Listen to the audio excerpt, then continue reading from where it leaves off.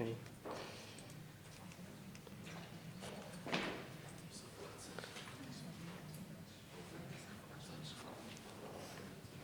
It happened earlier, but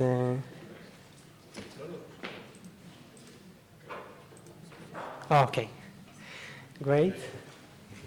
So first, I'd like to thank Nadav, Adi, and Emanuele. This is a great event, I think, for the quantum computation and simulation communities here in Israel, probably the largest of its kind till now in Israel. So I'm humbled to speak here alongside with great figures in the community. I'd like to present a recent work that we have done, and actually this work hasn't finished yet. It's a work in progress. The work is led by two of my PhD students, Amit Eli and Zohar. So yeah, let's get started. First, I'd like to tell you what we do in general, because you'll see this is not a usual talk, even for a theoretician. So I want to explain the main theme of how we work. Then I'll give some background and motivation for our approach towards quantum computation in general and towards Oracle programs in specific. I'll give then some results regarding the model we constructed and the results we obtained, mainly some new bounds on the information processing within a quantum computer. And finally, I'll end up with some results and connections to other areas, as well as open questions we have, and I'd be very glad to discuss with you, because there are challenges, and I'm sure that you can help with them. So my group is called From Quantum Foundations to Quantum Technology, and this reflects, I think, not only my individual trajectory, but also the state that we are in today.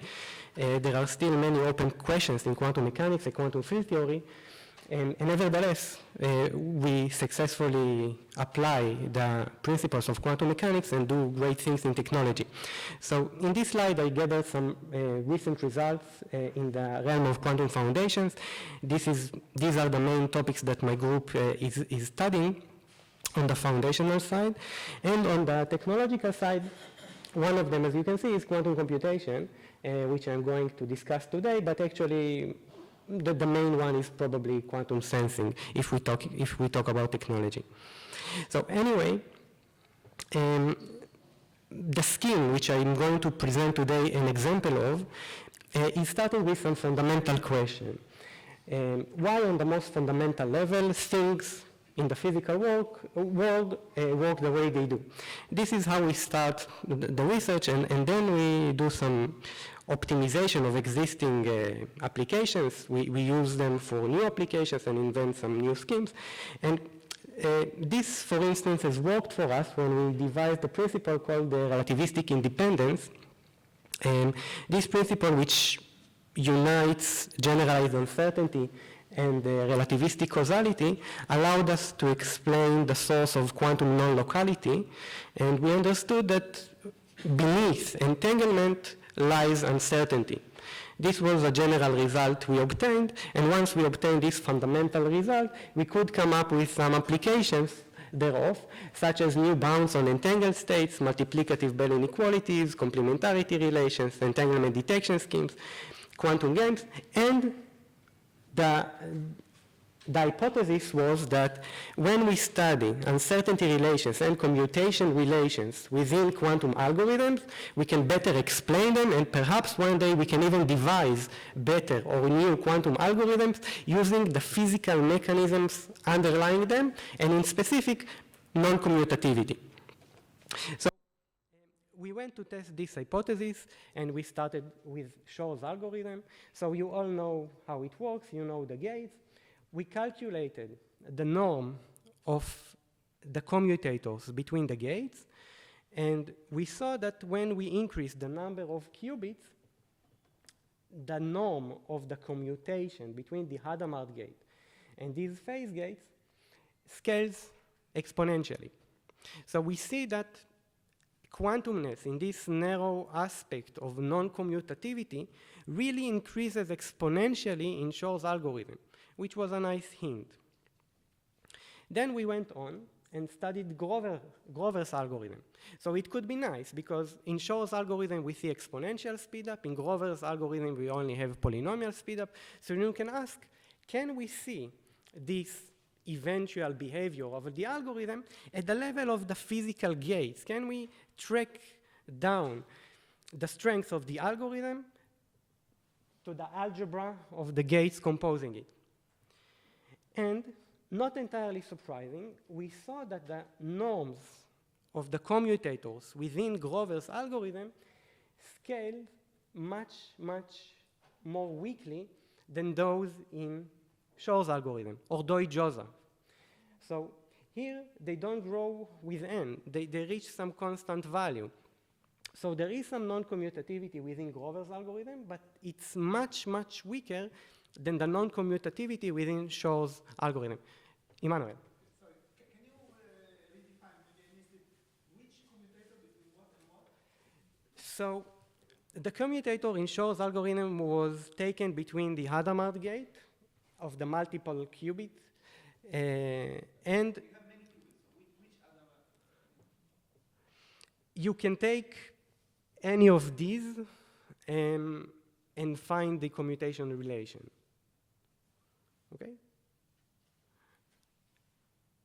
So you can do this, for instance, and I'm going to reach this point because this is not the topic of the lecture. Okay, this is just showing you some first attempt. Okay, so the problem indeed was there is some ambiguity. Emanuele, I understand your question because this was my question too.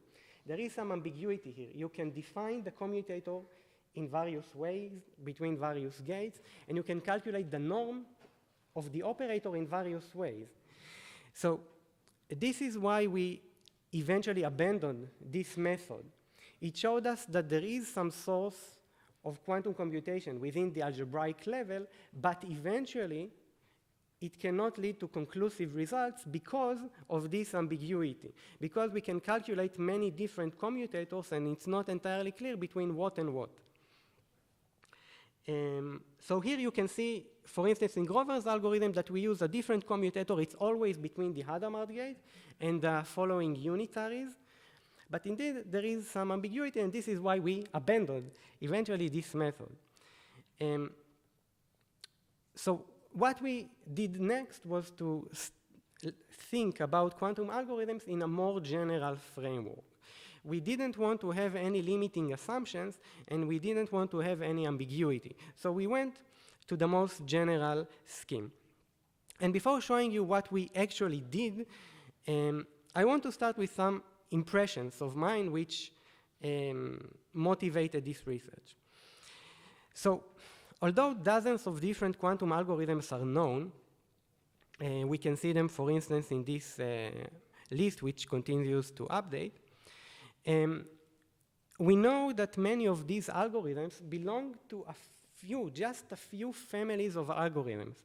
So we know of the abelian subgroup problem and the non-abelian subgroup problem. We can search an unstructured array, and we can do sampling problems of bosons or random circuits.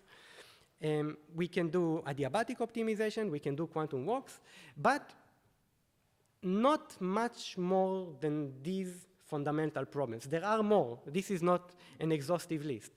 But the point is, we don't have a huge number of fundamentally different algorithms. They are based on the same origins. And this origin, these original algorithms, were found in a moment of ingenuity, in a moment of unique originality of the researchers, each coming from a different state of mind, each coming with a slightly different background. And what I see here as a problem is, first, the quantitative number of existing algorithms and the lack of a systematic way to derive them. So this is my motivation, and these are my guiding questions. So suppose you are all here very successful, and you eventually reach a large-scale fault-tolerant quantum computer. The question remains, which problems will it solve efficiently? I hope that the current list is a very small subset of the eventual problems that it will solve. And among these problems, which will enjoy an exponential speedup and which won't? Apart from that, I want to understand what are the physical characteristics, not the ones that a computer scientist would find, but what a physicist would describe as a fundamental, unique quantum property of a certain quantum circuit that can account for quantum speedup. This is the second question, and the last question is, how can we systematically devise new quantum algorithms based on the previous results? So, I'm not the first to ask these questions, obviously. For instance, in this paper by Joza and Linden, they believe that on the one hand, they can prove that if there exists multipartite entanglement, then the algorithm enjoys an exponential speedup over classical computation. But at the same breath, they finish the abstract by saying, finally, despite the essential role of entanglement for pure state algorithms, we argue that it is nevertheless misleading to view entanglement as a key resource for quantum computational power.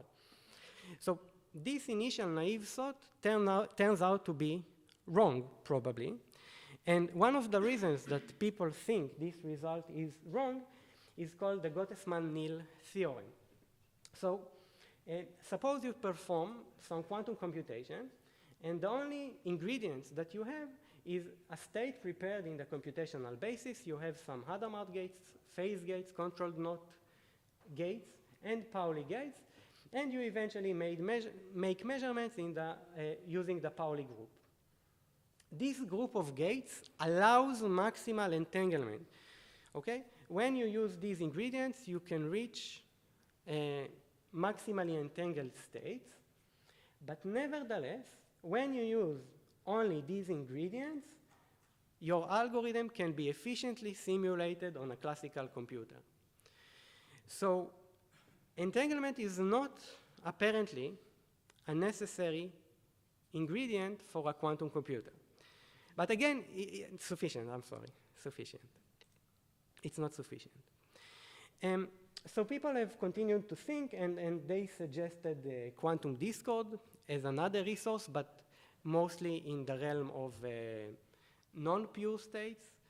Vedral also addressed this question about the elusive source of quantum speedup, and he ended up with no answer. Except that he found that indistinguishability can play a major role. People have continued, and they showed that entanglement indeed might be needed, but only in an exponentially small amount. And this continues on and on with an article reaching Nature and a nice number of citations, claiming that contextuality is the one that supplies the magic. So I think that at the moment there is no conclusive solution to this riddle, and this is not a small riddle. I don't think that I will be able to give a precise answer, but at least it's interesting enough to study for me. But since it's so challenging, we started by examining a smaller problem related to quantum query complexity. Now, you may think that quantum query complexity is something that you hear about in a first course on quantum computation. You learn about Doi-Josa algorithm and so on. It's not that thrilling. However, Scott Aronson published last year this paper pointing out 12 open questions pertaining to oracle problems. So after all, there is some more mystery lying in simple oracle problems. So with all this in mind, I want to present what we did, and I'll do this as follows. I'll give a reminder about Holevos bound. Then I want to take us from Holevos bound defined in quantum communication scenario to quantum computation. This is the main idea, actually, behind this avenue. Then I'll study, using this formalism, oracle problems. But again, making this easier, I'll start with oracle problems having only a single query. I'll derive lower and upper bounds on the performance of such algorithms, presenting later some additional objectives and tools and results and open questions. Okay, so now we are actually starting. I'm sure you've all learned about Holevos bound, but just for having the notation right, let me repeat it. So Holevos bound is a fundamental result in quantum information processing. And in a popular phrasing, it says that you cannot manufacture more than one bit from one qubit. But the actual formulation is a bit more complex, so we define some task where Alice can encode some letter x from a finite alphabet capital X with probability p of x. But now she wants to use quantum tools. So instead of sending this letter encoded in bits, she sends a mixed state rho x. Now, Bob gets this rho x taken from a group of states rho 1 till rho n, and Bob needs to infer the letter x, which was hidden in this mixed state that Alice prepared. Okay, so Bob performs some P of n and gets an outcome. What now can Bob say about the information encoded by Alice? This is the content of Holevos' theorem, and here I already start to use the notation that I will present later. So we have something which I'll call the input. It's capital X, it's a classical random variable, and we have y, which is the random variable extracted by Bob's measurement. Oh, each time I touch the cable, it's very sensitive. I'm sorry. That's a good advice. Thanks. So Bob now makes some P of n, and once Bob extracts the outcome y, Holevo derived an upper bound on the mutual information between the encoded qubit and the resulting output in Bob's side. And this mutual information is unfortunately bounded by the von Neumann entropy of the state rho that Alice encoded. So eventually, if we live in a two-dimensional Hilbert space, it can't be greater than log 2. This has been, at first it was believed to be some limitation, but then people saw that they can use some shared entanglement and they can use super dense coding. So after all, we can extract in practice more than one qubit, more than one bit when sending one qubit, but we need additional resources. So this bound is correct and very helpful and very fundamental, and we are going to use it. How we are going to use it? We are going to take a single query oracle problem, and instead of talking about a solution using a set of quantum gates, we want to describe it in terms of a communication task. Okay? So, in a nutshell, Alice tries to encode the identity of an oracle function, and it may be a single oracle function, and it may be some subset of oracle functions. For instance, in Deutsch-Josa, there are two subsets, right?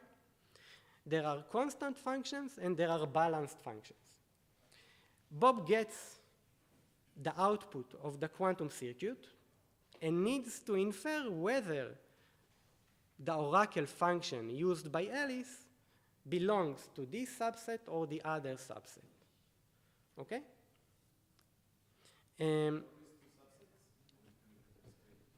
Yeah, it could be arbitrary number of subsets. Yes, of course. You'll see the construction is general in this respect.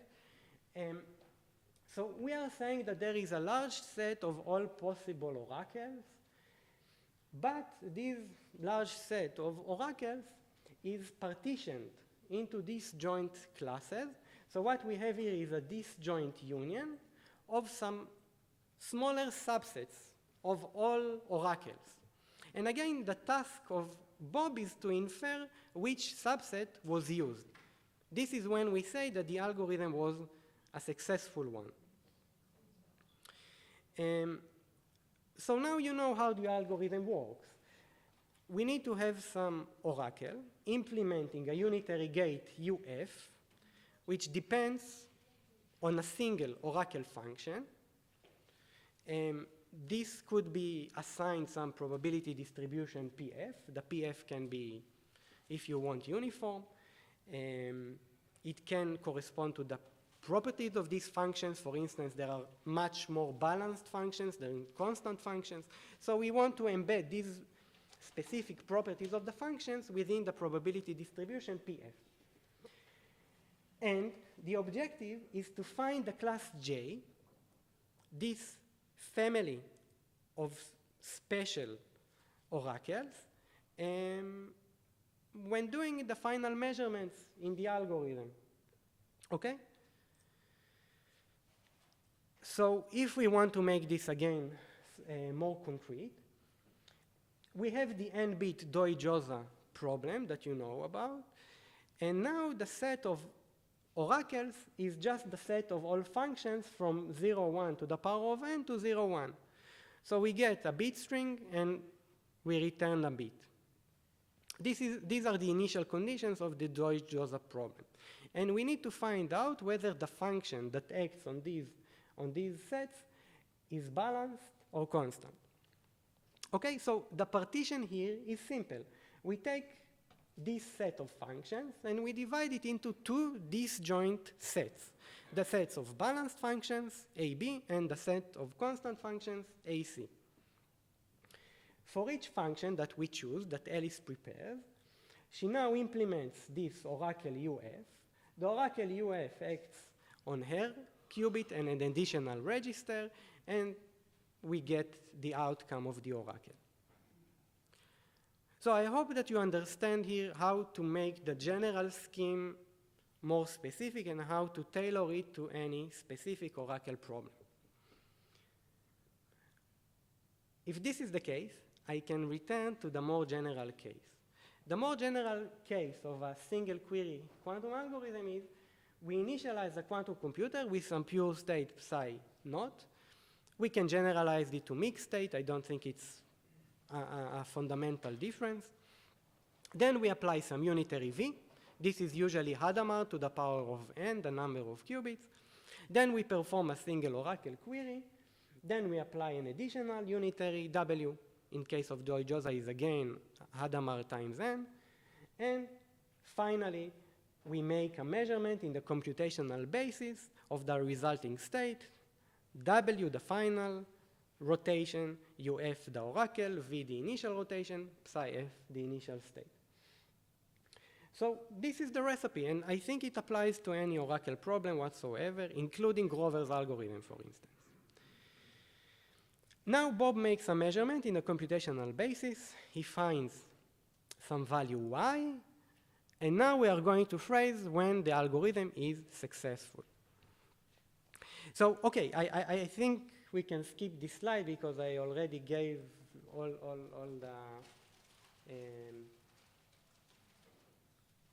the meanings in case of Doi-Josa.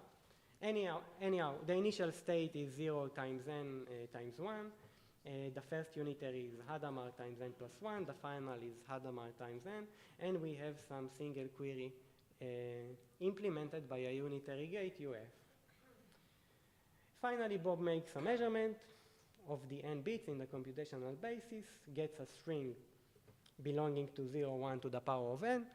And as you know, this is a remarkable feature of the Doi-Josa algorithm that using a single query, Bob can find out whether the function f used in this query was balanced or constant. Classically, this would require an exponential number of queries. So now we want to quantify this in the quantum sense. So first we define all the unitaries using a unified unitary, TF. This unitary is just W, the final rotation, UF, the oracle, V, the initial rotation in the Hilbert space. And we define the resulting state after all these unitaries, rho y. So rho y is what's happening to the initial state when everything else acts on it. It's the state before measurement.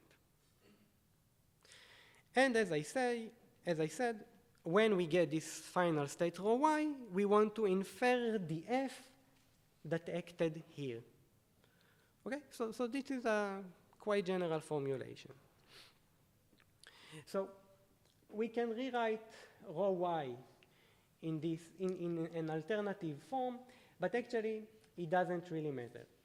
Our goal function eventually is I of j given y, or the mutual information that we get about j, the subset that we are interested in, given the subset y, given the final state y. So I'm sorry, this wasn't clear enough. What quantifies the success of quantum oracle problems is this quantity I, the mutual information that we get about j with respect to the initial state, of Bob, I mean the state which was acted upon by all unitaries, y. So j and y are random variables now, but they encode all the unitaries prior to them. And now, when we phrase the oracle problem in this way, we can apply to it the whole-level bound. So the whole-level bound, which was phrased in quantum communication, really tells us how successful could a quantum algorithm be. And this is the upper bound.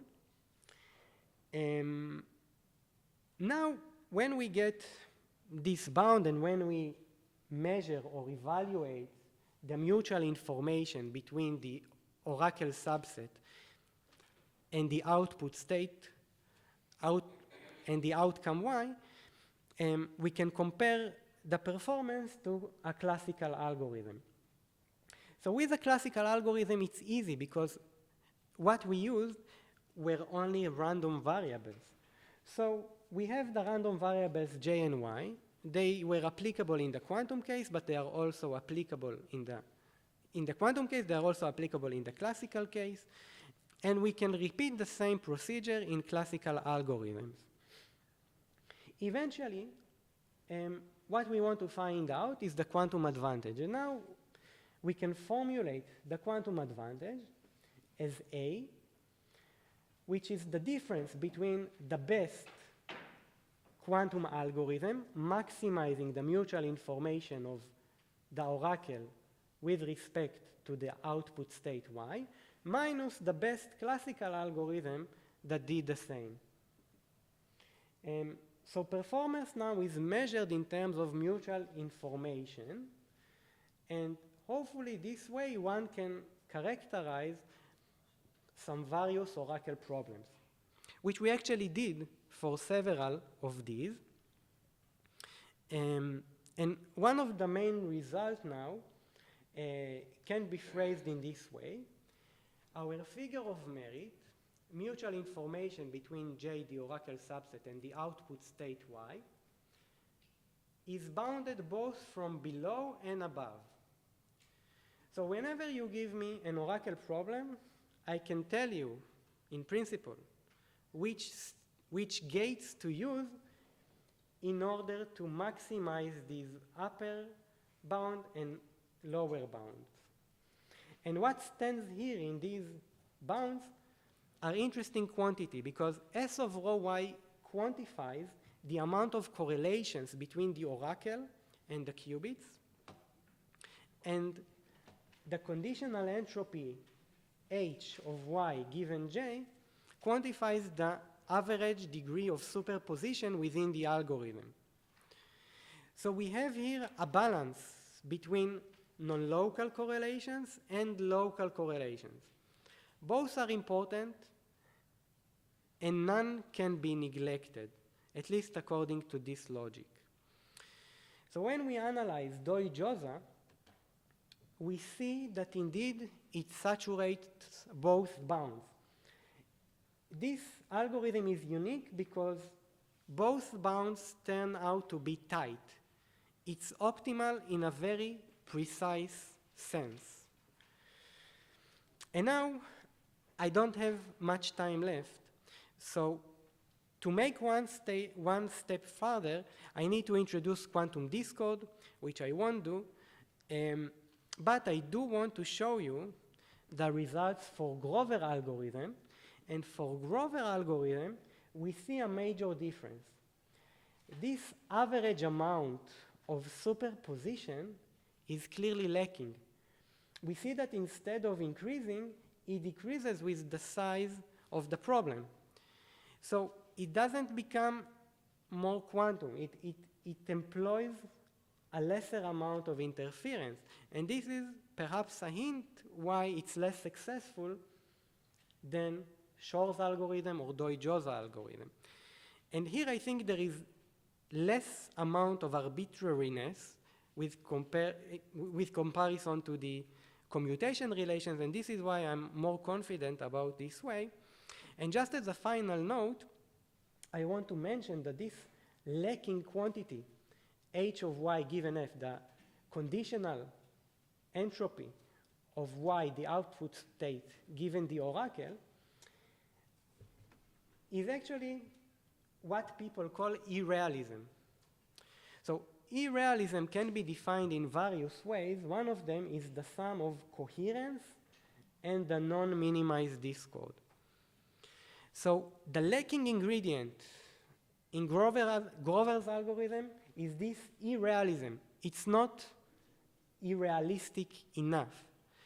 And if you want to read more about that, we recently posted this archive addressing irrealism in the Aronoff-Bohm effect, but actually all of these are conditioned unitaries. So it's not a major difference. And again, we see some fundamental property, realism or the lack thereof, which plays a major role in the success of quantum algorithms. Thank you very much.